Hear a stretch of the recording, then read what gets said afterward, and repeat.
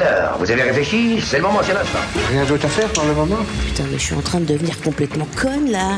C'est pas un scoop. Je suis choqué. Ça serait peut-être le moment d'avoir le sens des priorités. Il paraît que t'as des propos intolérables, où il n'y a pas de tolérance. Ça n'est pas le bon moment, je le redis. Si l'un de vous veut arrêter, c'est maintenant ou jamais. Ensuite, il sera trop tard.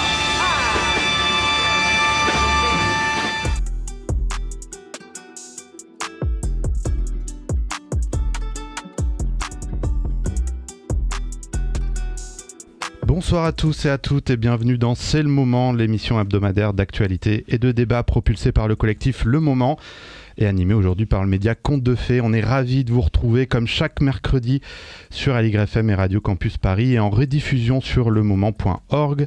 On est bien installé dans les studios du Moment en plein cœur du tiers-lieu Césure à Paris. Et ce soir, pendant une heure, on va parler d'écoute.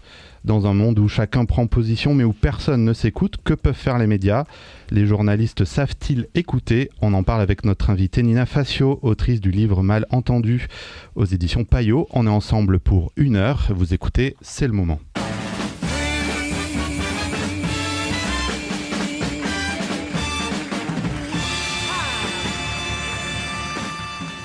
Nina Facio, bonjour. Bonjour. Vous travaillez pour le Solutions Journalism Network depuis une dizaine d'années. Vous formez des journalistes dans toute une sorte de rédaction. Et vous avez publié en début d'année Mal entendu, en 2 mots, aux éditions Payot. Dans ce livre, vous examinez le rôle des médias dans la représentation du monde et leur influence sur la polarisation des débats publics. Et surtout, vous plaidez pour des journalistes qui apprendraient à mieux écouter. Alors, qu'est-ce que ça veut dire écouter ? C'est une très bonne question de départ. Écouter, c'est vraiment une intention affichée de recevoir la parole de l'autre dans le but de la comprendre. Et j'insiste sur une intention affichée, c'est-à-dire que pour se sentir entendu, il faut que l'interlocuteur ait vraiment un signal fort que c'est bien l'intention de l'autre. Et est-ce qu'il y a une spécificité dans l'écoute quand on parle de journaliste ? Alors, il y en a une parce qu'elle construit en fait la relation entre le journaliste et sa source. Donc, il y a une spécificité qui est finalement au jour d'aujourd'hui, c'est-à-dire je pense que l'écoute est assez transactionnelle entre journaliste et source et personne interviewée.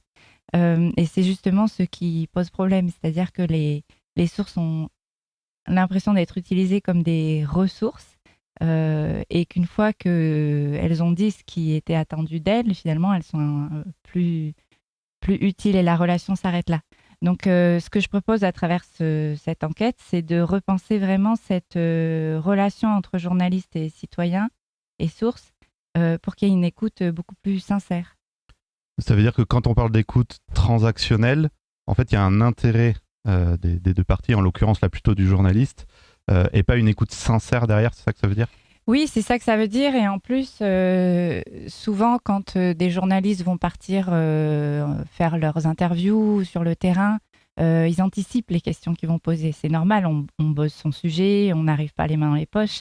Mais en fait, ça structure aussi l'échange de telle façon qu'en fait, c'est difficile d'obtenir des informations qui sont soit inattendues, soit qui n'ont pas encore eu l'occasion d'être exprimées, justement. Donc, on en arrive à des récits qui sont plus ou moins écrits d'avance ou plus ou moins attendus. Et ça, c'est en fait pas forcément un manque de volonté des journalistes. Au contraire, moi, je n'ai rencontré que des journalistes qui voulaient écouter, mais un manque de compétences, parce que justement, l'écoute n'est pas considérée comme une compétence, mais plutôt comme un talent qu'on a ou qu'on n'a pas. Alors justement, en lisant votre livre, là, je mettais des petits post-it partout.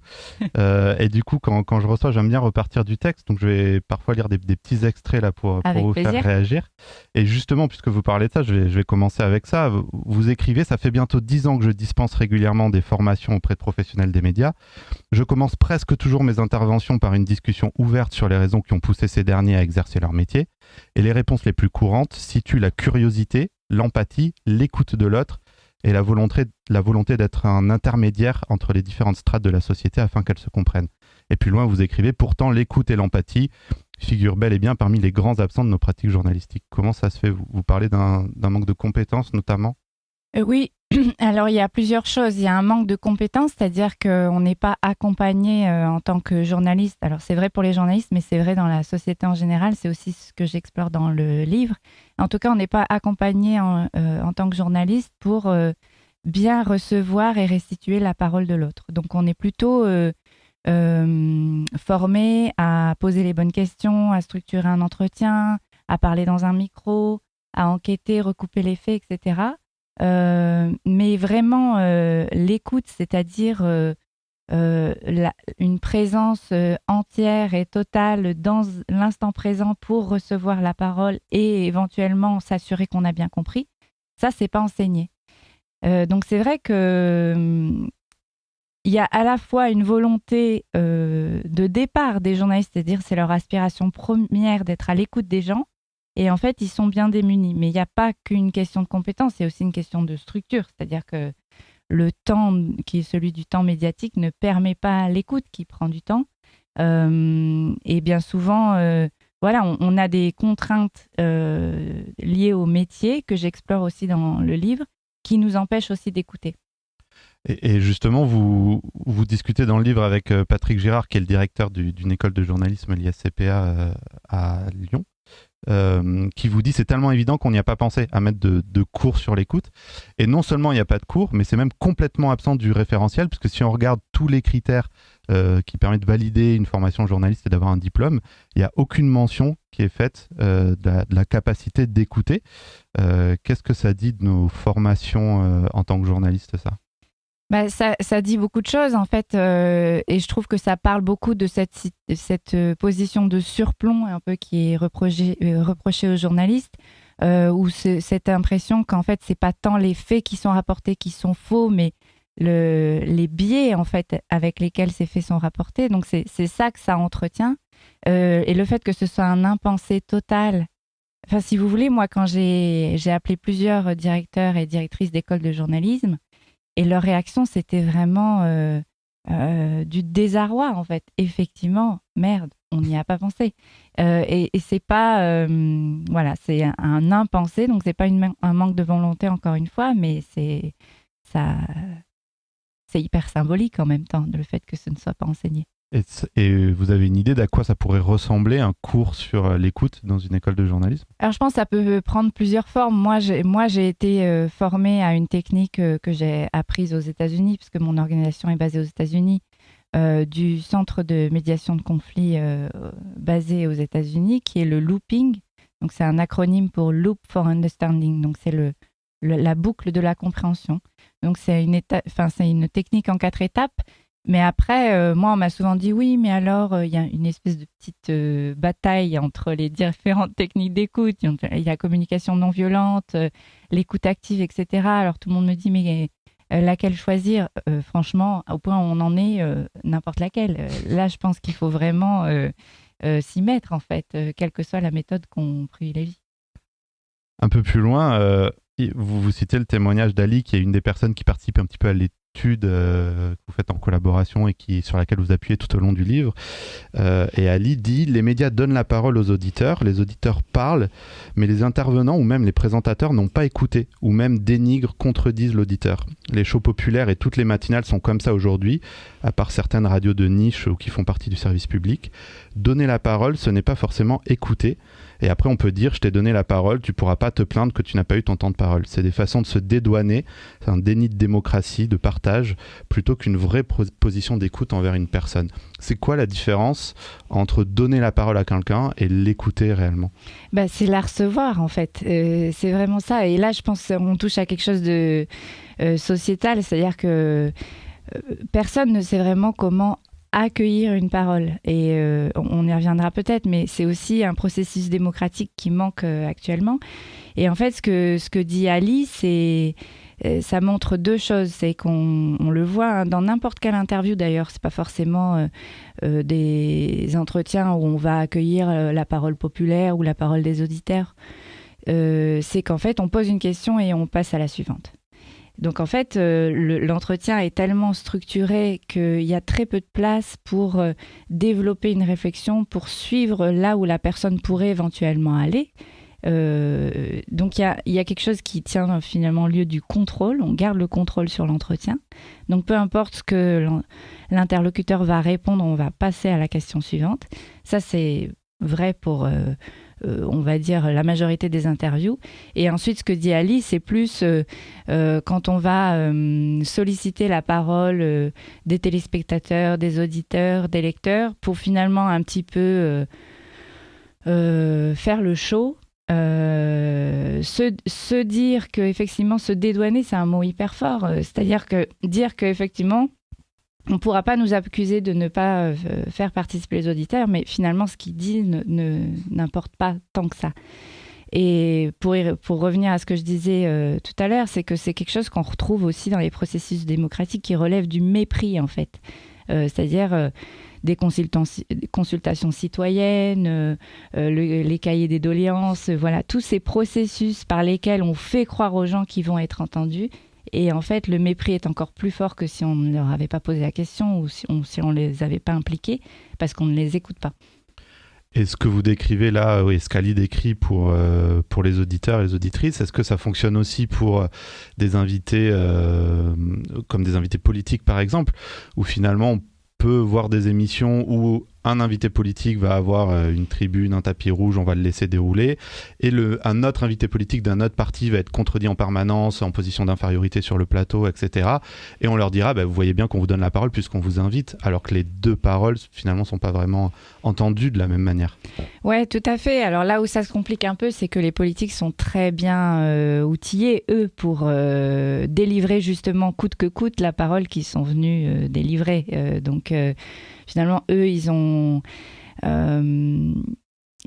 musclé cette compétence de pouvoir s'exprimer et aller au fond de leurs propos, même si on essaye de les en empêcher, ce qui est aussi, c'est en démocratie hyper important aussi de faire le contre-pouvoir et d'essayer de contrer certains propos. Après, ce qui serait intéressant, je pense, avec les politiques, c'est d'utiliser des méthodes d'écoute en préparation de l'entretien, par exemple, ou sur le temps long, pour essayer de vraiment creuser ce qui construit finalement les opinions des gens. Ce qu'on a vu avec le travail que j'ai mené au Solution Journalism Network, notamment après la première élection de Trump, où on a vraiment essayé de monter des formations pour que les journalistes qui couvrent les sujets qui divisent le fassent sans jeter de l'huile sur le feu. Et en fait, ce qu'on voit, c'est que nos opinions les plus profondes sont le fruit d'expériences vécues, des valeurs qu'on nous a inculquées, de nos relations, beaucoup plus que de l'idéologie finalement.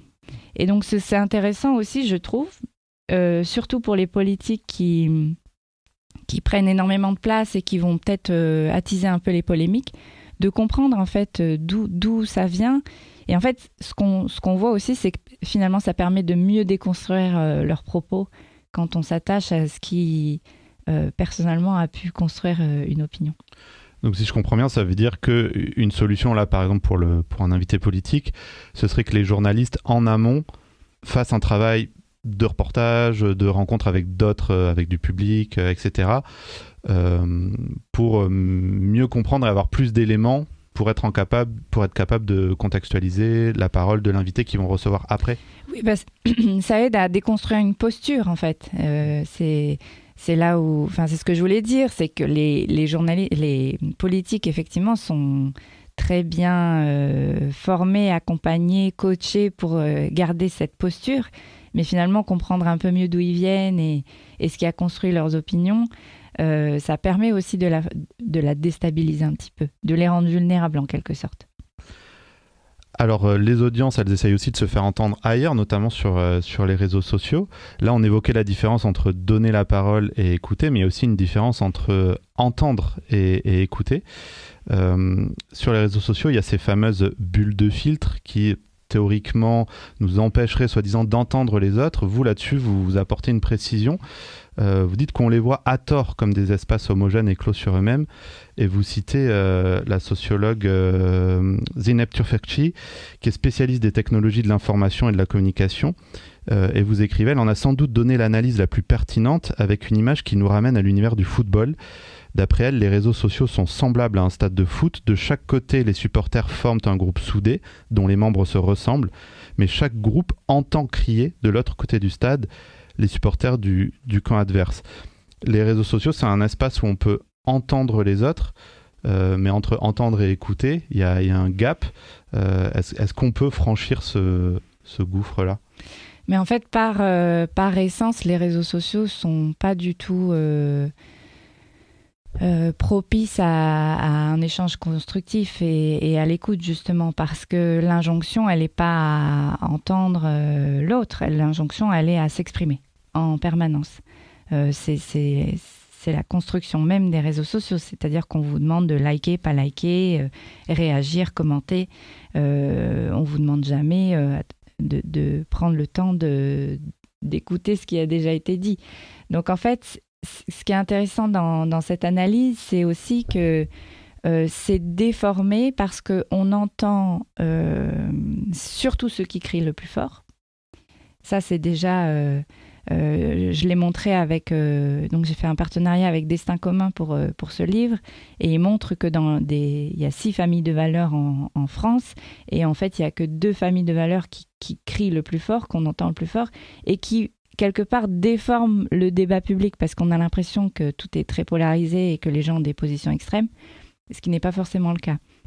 Et dans l'univers du football, ce qui est intéressant, c'est on crie d'autant plus fort et on supporte d'autant plus fort son camp qu'on entend le camp adverse crier aussi. Donc on s'encourage les uns les autres. Et effectivement, sur les réseaux sociaux, c'est ce qui se passe. C'est-à-dire que soit on va avoir les algorithmes vont faire qu'on va voir du contenu qui relève de notre camp. Donc là, ça va nous conforter un peu dans nos positions. Soit on va avoir du contenu qui relève du camp adverse. Et là, ça va aussi nous conforter dans nos positions parce qu'en fait, on va avoir cette envie de se défendre. Mais tout ce qui est entre les deux, là, par contre, ça va être passé sous silence. Est-ce que finalement, on n'est pas sur les réseaux sociaux en tant qu'audience en train de retourner ce que les journalistes pratiquent en n'écoutant pas les autres ? C'est-à-dire, finalement, je ne suis pas entendu par le journaliste, donc je vais aller trouver une tribune, en l'occurrence le réseau social. Mais moi-même, sur le réseau social, je n'écoute pas les autres et je ne m'en sers que pour m'exprimer. C'est ce que vous dites. Oui, et... c'est effectivement ce cercle vicieux-là. Et en plus de ça, au lieu de se démarquer, les médias suivent la tendance des réseaux sociaux à polariser. C'est-à-dire qu'on pourrait aussi dire « oulala, on voit bien que sur les réseaux sociaux, ça crie très fort. On a tendance à perdre de la nuance, à avoir une lecture binaire des choses. Et en fait, au lieu de s'en démarquer, les médias ont plutôt pris le pas de suivre cette tendance. Donc on a là vraiment des mécanismes qui se répondent les uns aux autres et qui nous enferment dans un cercle vicieux. Alors une écoute qui est difficile sur les réseaux sociaux entre les audiences, mais est-ce que ça pourrait être une meilleure plateforme pour une écoute entre journalistes et audiences, parce que c'est un espace sur lequel théoriquement elles peuvent se rencontrer, mais là aussi vous parlez à nouveau de malentendus.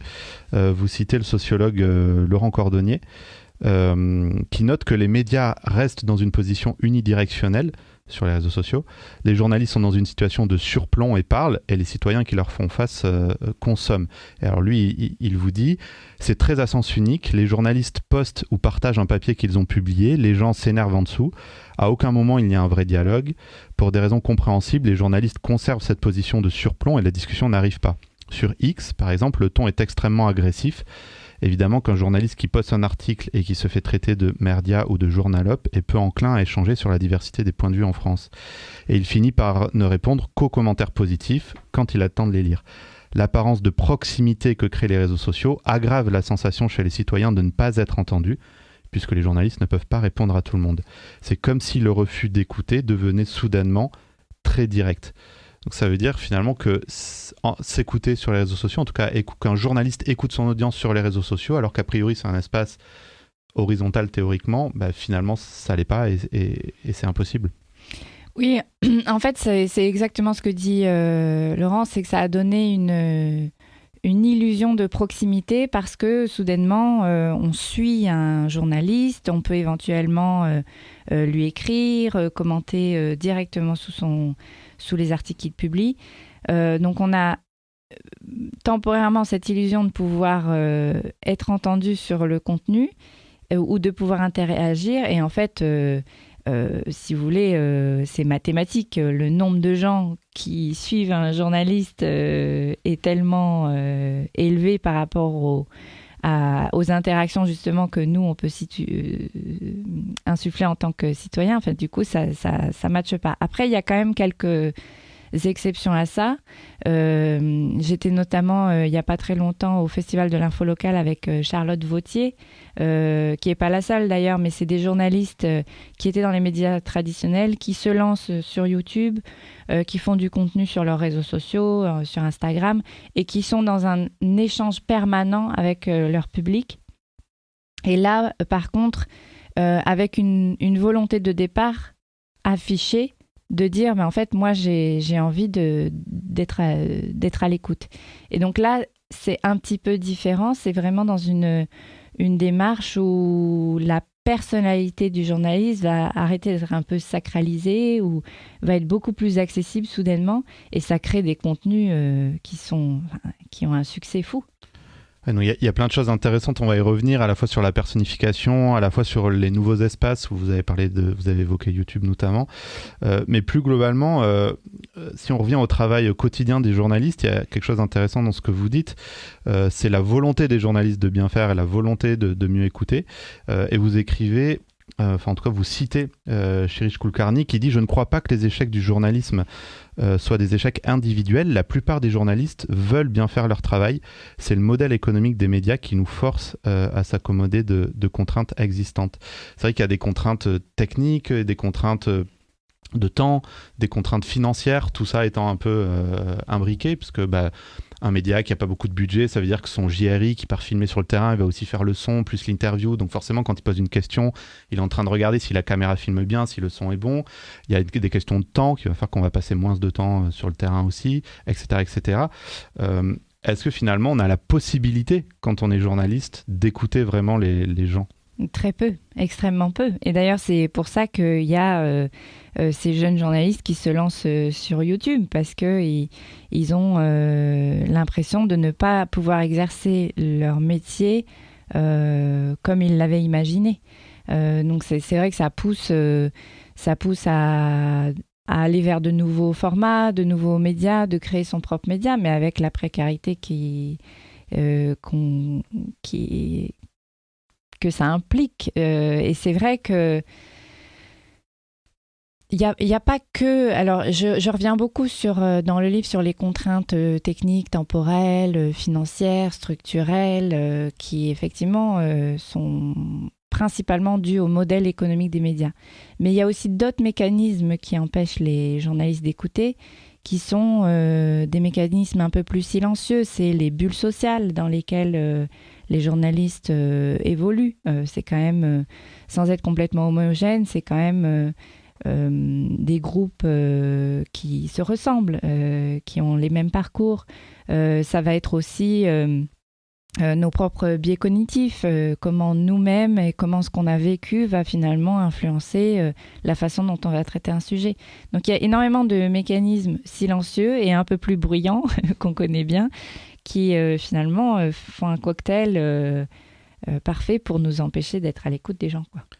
Alors justement, une des réponses possibles à ce que vous décrivez là, notamment sur la fin, sur les bulles sociales, le renfermement des journalistes à l'intérieur de la rédaction, etc.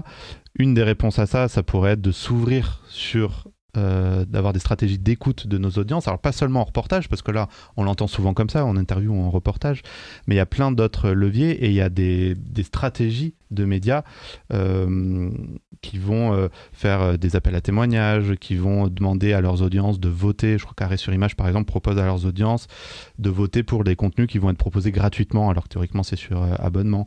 Il y a des médias qui vont ouvrir leurs conférences de rédaction à leurs abonnés ou à leurs lecteurs et lectrices pour qu'ils viennent discuter des sujets avec les journalistes, ce qui permet accessoirement aussi de se rendre compte de la réalité, de certaines contraintes, etc., etc. Est-ce que impliquer son audience comme ça dans la construction, dans le développement de son média, c'est une autre manière, une autre forme d'écoute? Tout à fait, oui. Alors en plus, c'est une méthode qui s'avère tout à fait efficace pour aussi contrer le manque de confiance qu'on voit grandissant envers les médias. Et qui est assez répandu maintenant. Je dirais que ça a commencé il y a une dizaine d'années. On parle de journalisme d'engagement, c'est-à-dire comment on va impliquer son public dans la construction des sujets. Alors effectivement, ça peut être soit comment identifier les sujets de préoccupation des citoyens, parce que souvent on passe à côté. Il y a beaucoup de choses, en fait.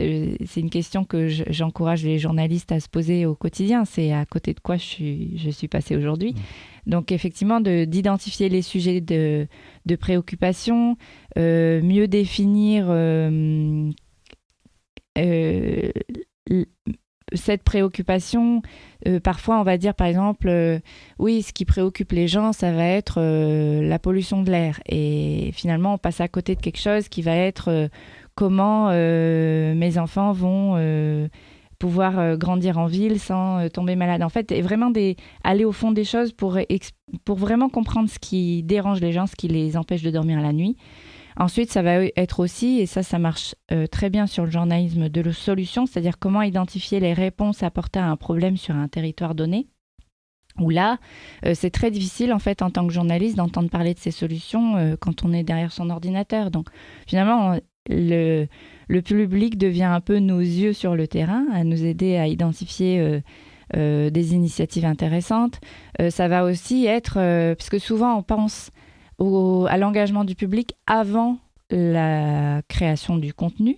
Mais ce qui est intéressant aussi, c'est de ne pas considérer qu'une histoire ou un contenu est mort une fois qu'il est publié. Donc là, ça va être de l'engagement de l'audience après publication, où il y a par exemple un journal local à Lisbonne qui invite les sources, donc les personnes qu'ils ont interviewées pour leur sujet, à monter sur scène et à raconter la même histoire, mais avec leurs propres mots. Et ça a un succès fou, parce que les gens viennent voir, évidemment, leurs voisins, leurs parents, leurs amis qui a donné un entretien à un journaliste et qui monte sur scène pour le raconter avec ses propres mots. Ça crée du lien, et donc ça marche très bien pour donner vie ensuite à des publications qui, sinon, on le sait, sont très vite oubliées parce qu'on passe d'un sujet à l'autre en permanence. Donc il y a l'idée, si je comprends bien, de faire vivre le papier après sa publication par plein de manières différentes. Est-ce que ça veut dire aussi qu'un sujet ne se traite pas juste en un article et qu'on peut en fait suivre l'histoire et revenir dessus par différents angles, notamment par le prisme du journalisme de solution, mais même si c'est déjà du journalisme de solution, revenir dessus pour suivre l'impact, c'est ça que ça veut dire aussi? Oui, tout à fait. Et je pense que ça répond en partie à un ras-le-bol du public de ce trop-plein d'informations, d'avoir l'impression de ne pas arriver à suivre, une sensation d'égarement par rapport à la quantité d'informations qu'on n'est pas du tout outillé d'ailleurs pour digérer. Donc ça permet aussi ça, de montrer qu'on reste là sur le temps long, qu'on suit nos sujets, et en fait ça a beaucoup d'importance pour le public aussi. Et en plus, vous parliez de confiance, mais du coup... la confiance derrière, elle amène une fidélisation de l'audience, potentiellement des revenus. Donc ça veut dire que même si on le regarde d'un œil purement cynique, on peut dire à notre Red Chef, en fait ces méthodes-là, elles vont aussi nous permettre finalement d'avoir des abonnements ou d'avoir des revenus. Donc ça, c'est même rentable, on va dire, sur le long terme pour des médias, de mieux écouter leurs audiences. Oui, tout à fait. Alors c'était très intéressant. Hier, j'étais au BeFuture Festival, qui est un festival de journalisme en Allemagne. Et il y avait le Reuters Institute qui présentait 14 ans d'enseignement du Digital News Report, qui est vraiment l'étude qui paraît chaque année, qui est attendue par la profession sur l'évolution de la confiance envers les médias, quels sont les types de contenus que les gens souhaitent consommer. Et il y avait deux choses qui m'ont interpellée. La première, mais ça je le savais déjà, j'en parle dans le livre, c'est en fait ça fait plus de 15 ans qu'on nous dit qu'il y a une crise de confiance entre médias et citoyens, que ça ne fait que s'aggraver. Il y a un moment où il va falloir vraiment se questionner sur la façon dont l'information atterrit sur les gens, les conséquences de nos récits sur la société. Et personne ne devient journaliste pour créer une crise de confiance envers les médias. Donc, il y a un moment, il faut vraiment s'arrêter et se poser des vraies questions. Et ensuite, ce qui était très intéressant, c'est il y a une évolution ces quelques dernières années sur le taux de personnes dans le public qui sont prêts à payer pour l'information. Et donc, c'est intéressant parce qu'effectivement, en fait, quand les gens ont la sensation que la façon dont l'information va atterrir sur eux, quand les gens ont l'impression de compter parce qu'ils sont écoutés, l'information à son tour compte. Et si elle compte, on est prêt à la payer. Donc il y a aussi un cercle vertueux potentiel qui n'est pas très bien exploité, mais qui permet de renouer effectivement avec un public, avec son appétence pour l'information, qui, elle, par contre, ne bouge pas. C'est-à-dire que les gens sont intéressés par l'actualité.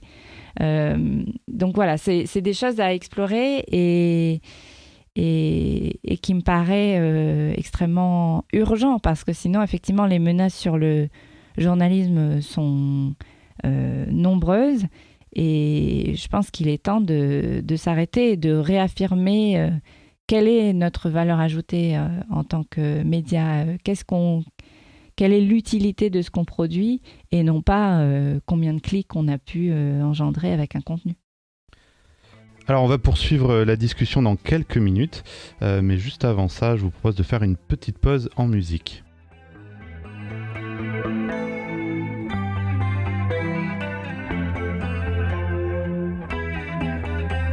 Dans l'allée pour la mort, on a droit à 2 bagages, je me sens comme un porc. Sur sa chaîne d'abattage, je me sens déjà sale. Les yeux sont fatigués et les pieds me font mal. Dans l'avion, je sais qu'ils vont gonfler. À l'aéroport, ça me rend tellement mauvais. Le monde ressemble fort à l'aérogare de Beauvais.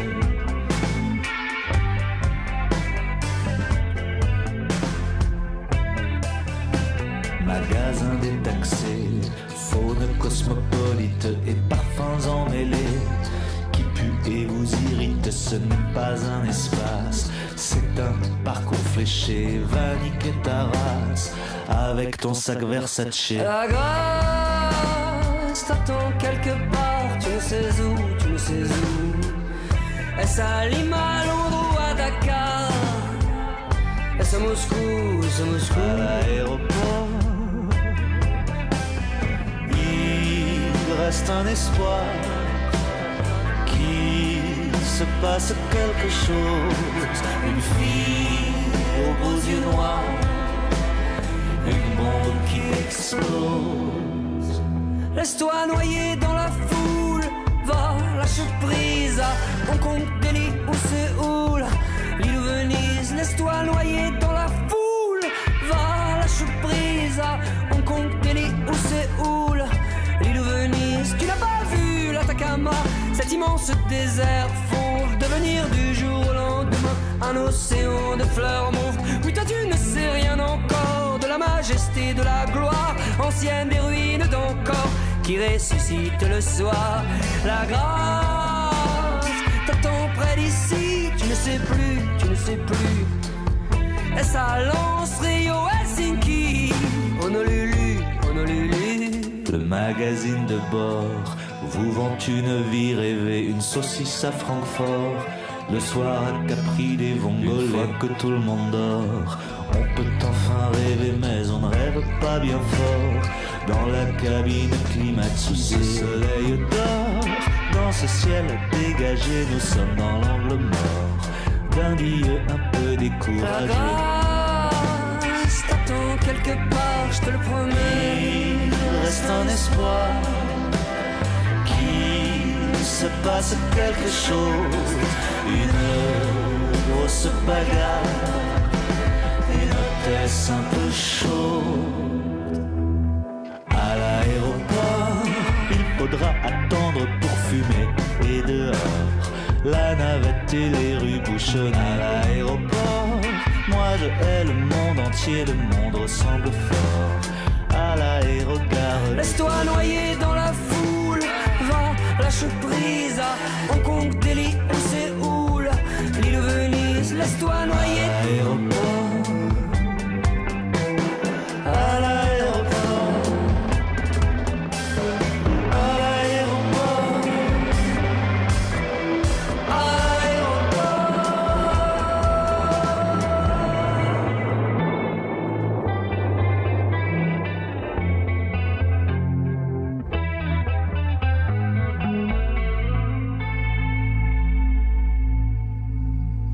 De retour dans C'est le moment sur le plateau, toujours avec nous Nina Facio, autrice du livre Malentendu aux éditions Payot, et on poursuit notre discussion sur l'écoute. Et je voulais vous proposer un petit bond dans le passé, à l'époque où vous êtes en Russie, puisque vous écrivez « C'est la Russie qui m'a permis d'aiguiser mon regard sur le monde et de mettre au défi ma capacité à écouter.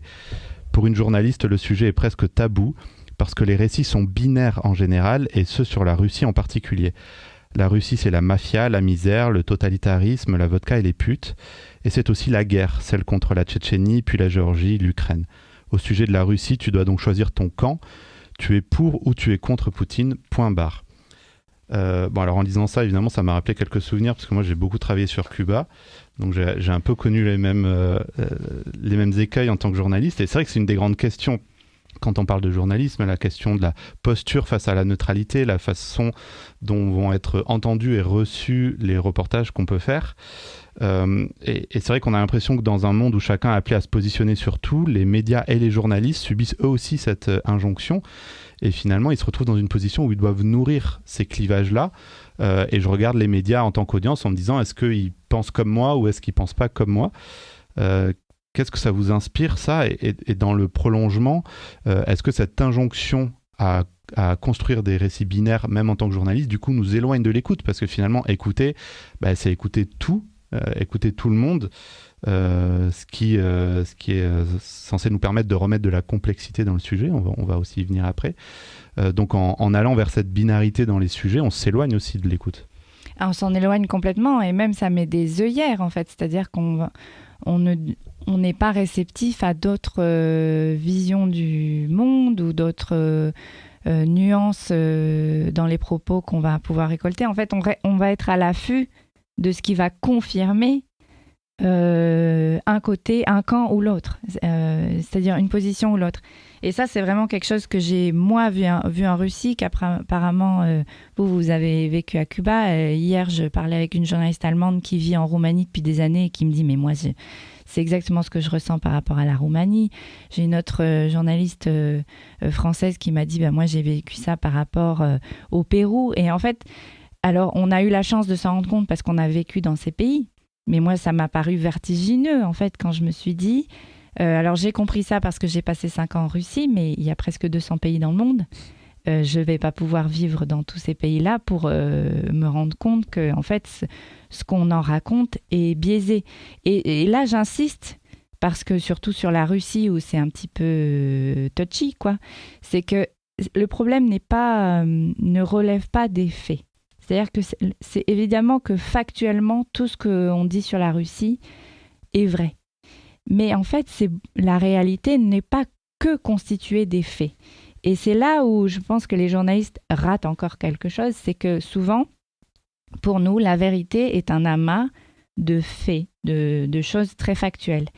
Mais l'être humain n'est pas ça. Et en fait, je pense que ce que j'ai pu saisir en vivant en Russie, c'est tout ce qui fait l'histoire d'une nation, ou tout ce qui fait un récit qui relève pas forcément que du fait, mais qui va un peu plus loin. Il y a beaucoup d'émotions, de ressentis, de complexités qui sont tout à fait humaines d'ailleurs. Et en fait, c'est mes qualités humaines et non pas celles de l'intelligence artificielle qui me permettent de m'en rendre compte. Et ça, je trouve qu'effectivement, on rend pas justice à cette complexité-là. Et ça m'a paru, dans le cas de la Russie, évidemment, on le voit, en fait, ça fait des dizaines et des dizaines d'années que ça creuse les divisions. Alors justement, vous reparlez de la complexité une nouvelle fois, et vous racontez qu'en 2018, le Solution Journalism Network a publié l'essai d'une journaliste d'investigation américaine, Amanda Ripley, intitulé Complicating the Narrative, donc justement complexifier les récits. Au lendemain de l'élection de Donald Trump, vous écrivez, à la présidence des États-Unis, Amanda a réalisé que sa légitimité en tant que journaliste avait été grandement ébranlée parce qu'elle n'avait pas écouté, n'avait pas voulu entendre les millions d'électeurs qui se sont reconnus en Trump. Son pays était polarisé comme jamais et elle s'est questionnée quel était le rôle des médias dans tout ça, comment les journalistes auraient-ils pu faire autrement. La résonance de cet essai a été telle que nous avons monté une formation du même nom visant à complexifier nos récits en écoutant mieux, en explorant au-delà de ce qui semble être dit à la surface, en honorant la complexité des sujets et en prenant en compte nos biais cognitifs. Alors justement, sortir de l'approche binaire de chaque événement, prendre du recul, se dire que c'est toujours un petit peu plus compliqué que oui ou non, ou que pour ou contre. Raconter toute l'histoire, parce qu'on disait tout à l'heure, raconter les faits. Tous les faits qui sont racontés sont vrais, mais on ne peut pas raconter tous les faits, un ensemble des faits. Donc théoriquement, il faudrait aller chercher tous ces faits-là. Et ça, justement, ça implique encore une fois d'aller écouter. Comment on peut remettre de la complexité, et est-ce que aussi c'est ce que demandent les gens, parce que de fait la binarité, le clivage, c'est aussi en ce moment ce qui nourrit beaucoup de médias. Oui, et alors juste sur ce dernier point, c'est important parce que on a tendance à croire que les gens ne sont pas friands de cette complexité. Parce qu'on confond complexité et inaccessibilité dans le langage d'un récit qui va peut-être être un peu élitiste. On peut tout à fait honorer la complexité des sujets en ayant un langage accessible, populaire, éventuellement. Je viens juste de finir le livre de Loumir Lapré qui s'appelle « Ces gens-là ». Sur ces gens-là en France qui se reconnaissent dans le vote RN et c'est extrêmement complexe ce qu'elle rapporte et pourtant elle le fait avec un langage qui permet de dire mais enfin des mots justes, enfin des mots qui parlent à tout le monde. Effectivement, pour la première chose à faire pour être mieux à l'écoute des gens, c'est de faire taire sa voix intérieure. Et ce qui nous empêche d'écouter, c'est avant tout nous-mêmes. C'est-à-dire que là, vous êtes en train de m'écouter et c'est bien normal, vous avez votre petite voix qui pense à la question d'après, qui essaye de se rappeler c'est quoi le prénom de cette journaliste américaine, est-ce que le micro est bien enclenché, c'est tout à fait normal. Mais ça s'apprend de la faire taire pendant quelques temps pour être vraiment présent pour l'autre. Et ensuite, pour ce qui est d'accueillir la parole de l'autre sur des sujets comme ça qui divisent, où nous aussi on arrive avec nos préjugés en tant que journalistes, nos propres opinions, faire croire qu'on peut les faire taire, ça c'est une illusion. Mais par contre on peut poser des questions ouvertes qui s'attachent aux motivations des gens, à leurs expériences vécues, à aussi ce qu'ils aimeraient qu'on comprenne d'eux. Donc ça suppose de poser des questions un petit peu différentes qui vont laisser plus de place à celui qui s'exprime plus qu'à celui qui pose les questions. Je rapporte dans le livre un moment qui avait été enregistré sur Combini, une interview de Léa Salamé qui explique qu'effectivement elle donnait plus d'importance à ses propres questions qu'à la réponse. Mais elle n'est pas la seule en fait. Donc c'est toute une démarche en fait d'ouverture, de se laisser surprendre, mais aussi de de faire taire son propre jugement. Et alors ça, c'est vrai pour les journalistes eux-mêmes, et c'est aussi vrai pour leur rédaction, parce que souvent, un des écueils quand on est journaliste et qu'on travaille dans une rédaction, c'est que finalement, au lieu d'aller en reportage en se posant une question et d'aller chercher des réponses qu'on ignore encore par définition, souvent on a déjà la réponse en tête, on sait ce qu'on va chercher. Pour prendre un exemple très, très simple, je pars ces jours de grève, je pars sur les quais pour ramener de l'usager en colère. Et je sais déjà ce que je vais ramener, et presque peu importe la réalité que je vais trouver là-bas. Et dans le bouquin de Jean-Marie Charon que vous citez dans le livre, il raconte qu'il y a toute une nouvelle génération de journalistes qui est en conflit avec ça, dans le fait de travailler vite, dans le fait d'aller sur le terrain, justement, comme vous dites, avec déjà un sujet finalement presque préconstruit dont on va juste chercher à remplir les cases dont on a besoin pour notre sujet. Et finalement, est-ce que écouter, ça veut dire être prêt à entendre de l'inattendu et accepter de partir, j'allais presque dire, sans filet, sans savoir ce qu'on va ramener, et peut-être en ramenant parfois rien, mais en réalité, le rien, c'est jamais vraiment rien.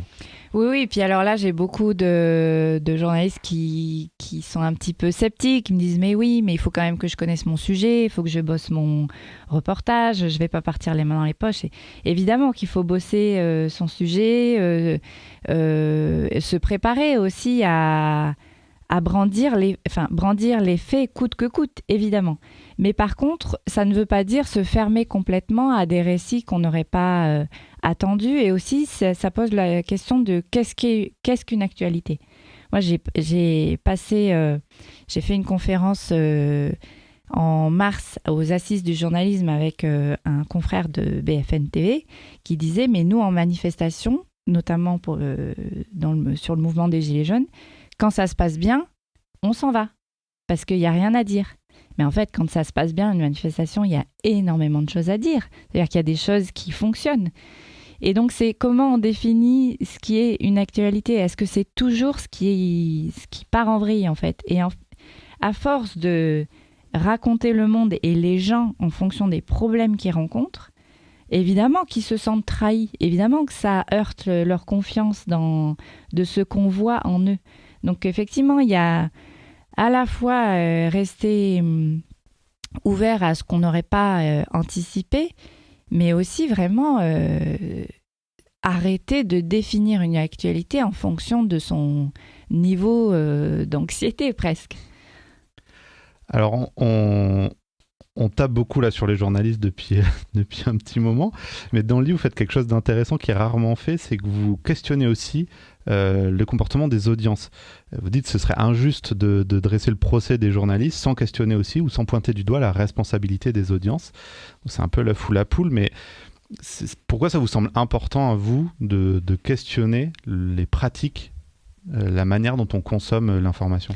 Parce que c'est un peu comme la malbouffe, en fait. Évidemment que l'industrie agroalimentaire est responsable de ce qui est dans nos rayons. Mais est-ce qu'on est obligé de l'acheter ?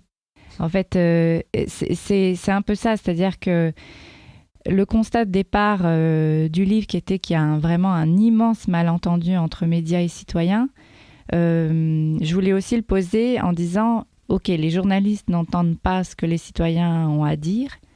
Mais les citoyens n'entendent pas l'information pour ce qu'elle vient leur dire, non plus.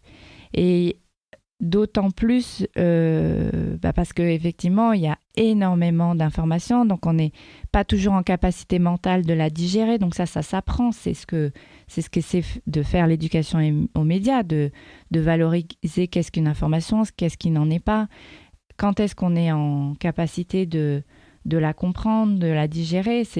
Moi, par exemple, j'ai compris qu'à 7h le matin, quand mon réveil sonne, je ne peux pas digérer l'information. Donc, je le fais plus tard dans la journée.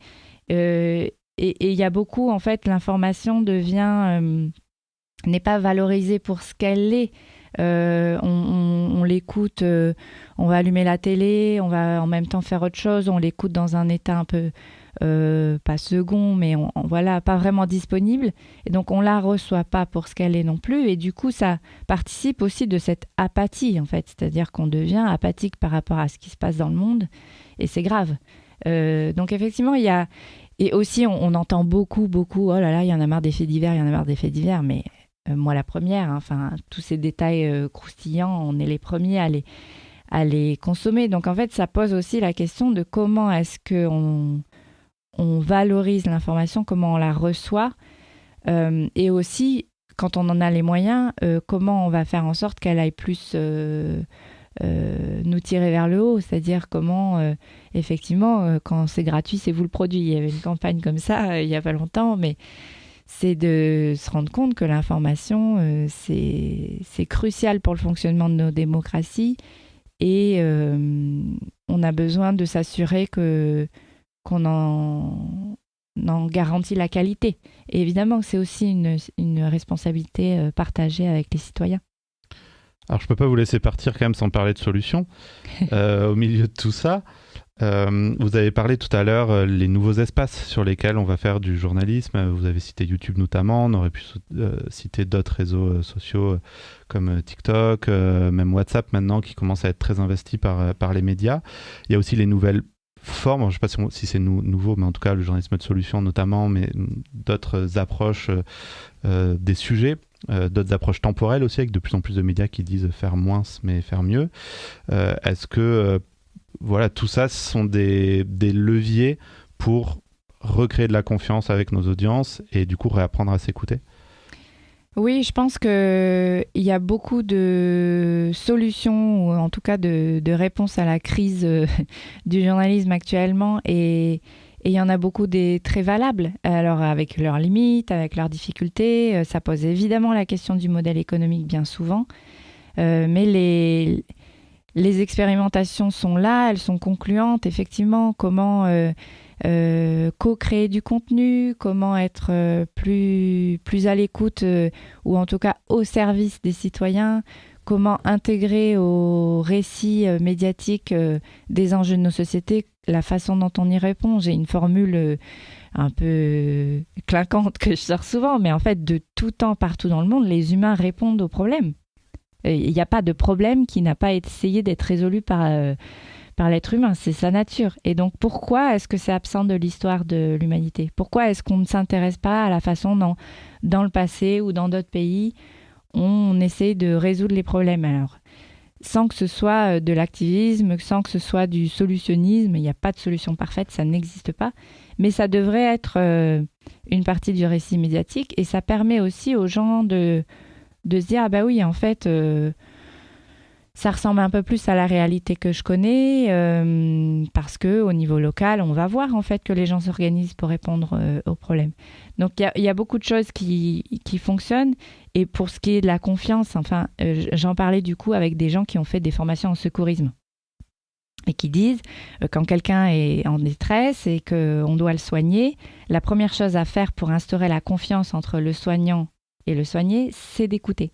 Parce que s'il ne se sent pas entendu, il a peur en fait de ce qu'on va lui faire. Donc il y a ça aussi, il y a une question de comment être finalement un métier où on prend soin des gens, où on va créer du lien parce qu'on les aura écoutés, ils se sentiront entendus, et finalement on va, grâce à ça, un peu mieux assurer le vivre ensemble, quoi.